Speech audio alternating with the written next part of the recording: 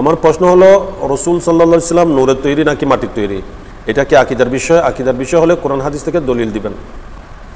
হ্যাঁ, আল্লাহর প্রিয় নবী হুজুর করিম রউফ রহিম সাল্লাল্লাহু তাআলা আলাইহি ওয়া আলিহি ওয়াসহাবি বারাকা ওয়াসাল্লামা নূরের তৈরি, আল্লাহর নবী নূরের তৈরি, এটাই আমাদের আকীদার বিষয়। এটা বিশ্বাস করতে হবে, যেহেতু এটার পিছনে কোরআন হাদিসের অগণিত দলিল রয়েছে।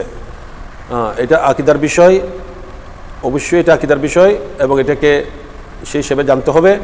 আল্লাহ নবী যে নূরের তৈরি, এর পিছনে কোরআনের দলিলের মধ্যে একটা দলিল আল্লাহ পাক সুবহানাহু ওয়া তাআলা কোরআনে পাকে ইরশাদ করেছেন, কাদ জাআকুম মিনাল্লাহি নূরুন ওয়া কিতাবুম মুবিন।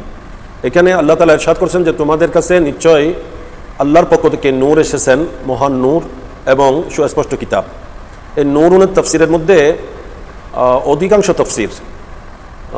তফসিরে কাশাব ব্যতীত, তফসিরে কাশাবের রচয়িতা যিনি, ইনি কিন্তু মুতাজিলি ছিলেন, ইনি আহলে সুন্নাত ওয়াল জামাতের বাইরের আকীদার। উনি ব্যতীত বাকি সমস্ত মুফাসসিরিনে কেরাম, এর পূর্ববর্তী সকল মুফাসসিরিনে কেরাম নূরের তফসির করেছেন আল্লাহর নবী। বিভিন্ন জন বিভিন্নভাবে এটাকে তফসির করেছেন। অনেকে বলছেন মুহাম্মদুর রাসূলুল্লাহ, অনেকে বলছেন আন নবিয়ুল মুখতার, নূরুল আনওয়ারে ওয়ান নবিয়ুল মুখতারে, এইভাবেই বলেছে মুহাম্মদুর রাসূলুল্লাহ সাল্লাল্লাহু আলাইহি সাল্লাম। বিভিন্নভাবে এটা তফসির এসেছে, তাই প্রত্যেক তফসিরের মধ্যে এই কথা বলা হয়েছে যেখানে নূরের উদ্দেশ্য আল্লাহর নবী। তাই আল্লাহর নবীকে আল্লাহ তাআলা নূর বলেছেন, আমরাও সেইভাবে জানবো। হাদিসে পাকও আল্লাহর নবী, অনেক হাদিসের মধ্যে, কোরআনেও আরও অনেক আয়াত রয়েছে, যেহেতু এখানে সংক্ষেপে উত্তর, সেই জন্য আমি বিস্তারিত করছি না। এগুলোর উপর অনেকগুলো কিতাব আহলে সুন্নাত ওয়াল জামাতের বিজ্ঞ উলামায়ে কেরাম লিখে গিয়েছেন।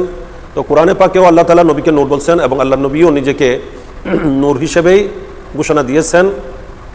আল্লাহ নবী নিজেই নবীকে যখন হযরত জাবের রাদিয়াল্লাহু তাআলা প্রশ্ন করেছিলেন আউয়ালু, যে ইয়া রাসূলুল্লাহ সর্বপ্রথম আল্লাহ তাআলা কোন বস্তুটি সৃষ্টি করেছেন, তখন আল্লাহ নবী উত্তর করেছেন আউয়ালু মা খালাকাল্লাহু নূরি।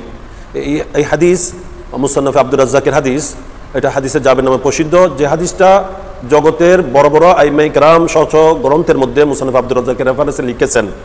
এবং যদিও ষড়যন্ত্রমূলক পরবর্তীতে এই হাদিসগুলা মুসান্নাফ আব্দুর রাজ্জাক থেকে বাদ দেওয়া হয়েছে, কিন্তু আলহামদুলিল্লাহ সেগুলা রহস্য উদ্ঘাটন করে আগের পূর্বের এডিশন, যেগুলা পূর্বের কপি, সেগুলা সংগ্রহ করে বর্তমানে আমাদের হাতে সেই মফকুদ আল জুজুল মফকুদ মিন মুসান্নাফ আব্দুর রাজ্জাক, অর্থাৎ মুসান্নাফ আব্দুর রাজ্জাক থেকে হারিয়ে যাওয়া অংশ, এই ধরনের কিতাব আমাদের হাতে এসেছে। যে সমস্ত কিতাবগুলোর মধ্যে পরিপূর্ণ সনদ রয়েছে, সহি সনদের মাধ্যমে এই কথা স্পষ্টভাবে প্রমাণিত হয়েছে। আল্লাহ নবী ইরশাদ করেছেন যে সর্বপ্রথম আল্লাহ তাআলা আমি নবীর নূরকে সৃষ্টি করেছেন, এবং আমার নূর থেকে পুরো জগৎকে সৃষ্টি করেছেন। কোনটা কীভাবে পর্যায়ক্রমে কোনটা কীভাবে সৃষ্টি হয়েছে সবগুলোর বর্ণনা সে হাদিসের মধ্যে বিস্তারিত রয়েছে। এইভাবে অনেকগুলো হাদিস এই পিছনে রয়েছে। তো যদি প্রয়োজন হয় তখন ইনশাআল্লাহুল আজিজ এর উপর আরও বিস্তারিত আলোচনা করা হবে।